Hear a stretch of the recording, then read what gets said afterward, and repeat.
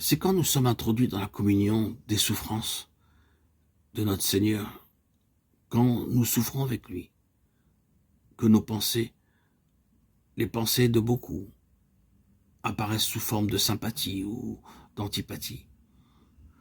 Quelques-uns, quand ils voient le peuple du Seigneur souffrir pour ses intérêts, manifestent de l'amertume, du ressentiment, et sont contre le Seigneur parce qu'ils ne comprennent pas.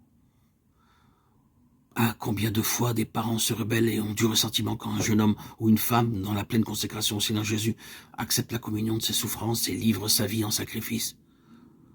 Une vie pour laquelle les intérêts éternels et célestes sont prioritaires par rapport aux biens et aux privilèges terrestres, car les œuvres du Seigneur sont très coûteuses comparées aux choses de ce monde. Parfois, les amis se détournent d'eux et les prennent pour des fous et tout ce qui s'ensuit. Les cœurs des autres commencent à être dévoilés à cause de leur communion aux souffrances du Seigneur. Les pensées du cœur sont mises à nu et exposées en plein jour. Il est nécessaire que cela se produise. Vous constaterez souvent que tout cela provoque tôt ou tard une crise dans les cœurs. Ah, quelle histoire est liée à cela! Combien de fois un homme qui a été appelé en raison de sa dévotion au Seigneur a souffert terriblement entre les mains de sa propre famille, étant persuadé et condamné à l'ignominie. Cela peut durer longtemps, augmentant en intensité. Mais il est resté fidèle, sans perdre du terrain, continuant avec le Seigneur tranquillement, humblement, doucement, affectueusement, ne montrant aucun ressentiment pendant ce temps. Les cœurs ont été dévoilés et Dieu s'en est servi pour briser ses vies et pour les conduire à lui. C'est seulement un aspect de cette question. Les pensées de beaucoup de cœurs sont dévoilées par la communion de ces souffrances.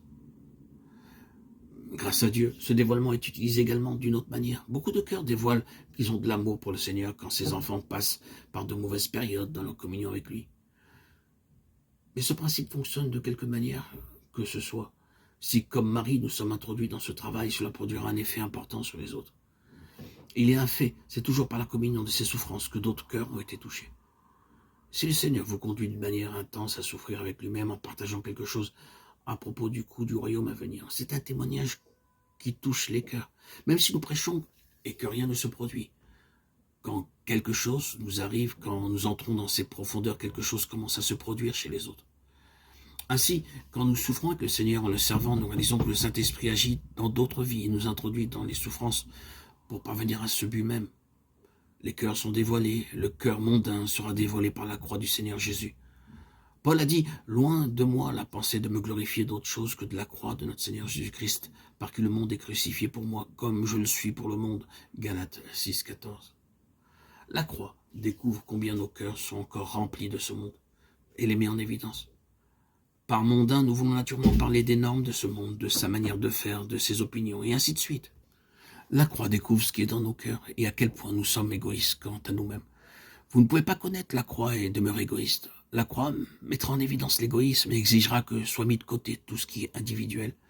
L'intérêt personnel, l'estime de soi, l'apitoiement et chaque aspect de l'ego seront mis en évidence par la croix. C'est cela le ministère particulier de la fin des jours. Il en est ainsi dans cette période de transition. Dans les précédents audios, nous avons vu que Simon représentait un reste fidèle à la vision céleste dans une période où ce qui était de Dieu était devenu terrestre et en grande partie traditionnel et formel. Il a concentré en lui-même tous les aspects des révélations partielles et successives de Dieu. Il a incarné la pensée de la maturité spirituelle et en même temps ce qui était ancien, laissé la place à quelque chose de nouveau.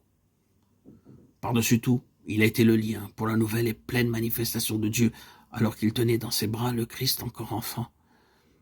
Ainsi, il a montré par ses paroles de manière prophétique les immenses perspectives liées à Christ, le sens et la valeur du ministère de la plénitude de Christ.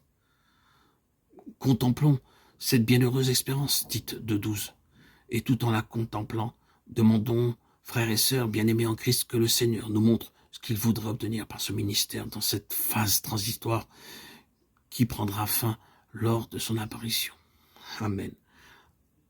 Alléluia. Viens Seigneur Jésus. Maranatha. Gloire à Dieu au plus haut des cieux et paix sur la terre aux hommes qu'il aime.